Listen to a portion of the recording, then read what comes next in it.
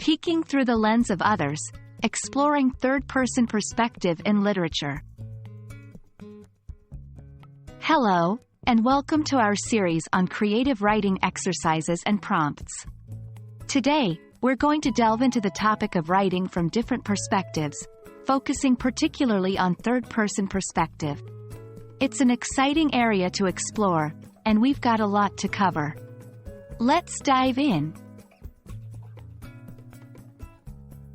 The third-person perspective is when the story is narrated by an outsider looking in, describing characters and events as he, she, it, or they. This viewpoint provides a level of detachment, offering a broader view of the characters and their interactions.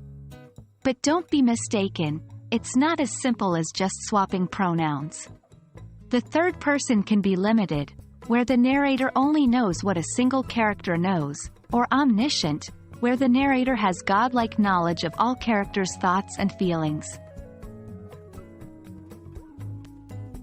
Let's turn to a couple of famous examples of third-person perspective in literature to help illustrate this concept better.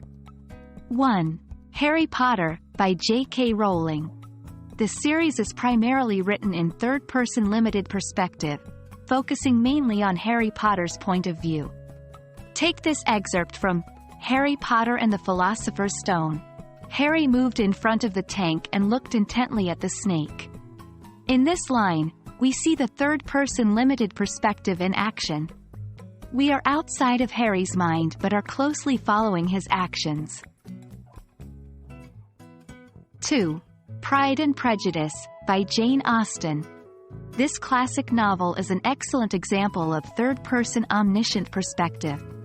Austen gives us insight into many characters' minds, not just one. Elizabeth, having rather expected to affront him, was amazed at his gallantry. But there was a mixture of sweetness and archness in her manner which made it difficult for her to affront anybody. And Darcy had never been so bewitched by any woman as he was by her. Here, the narrator knows both Elizabeth's and Darcy's thoughts and feelings, an indication of the third-person omniscient perspective. Now that we've seen it in action, let's try our hands at writing in third-person perspective. We will start by describing a simple scenario in the third-person limited view. Here's an example. John looked out of the window. The leaves were changing colors, and a cool breeze rustled through them. He couldn't help but feel a pang of nostalgia. Now, let's switch to the third-person omniscient view. John looked out of the window, feeling a pang of nostalgia as he watched the leaves change colors. Across the street, Sarah noticed John gazing out of the window. She felt a small smile creep onto her face as she remembered their shared love for fall. As you can see, shifting between limited and omniscient can dramatically alter the scope and feel of your narrative.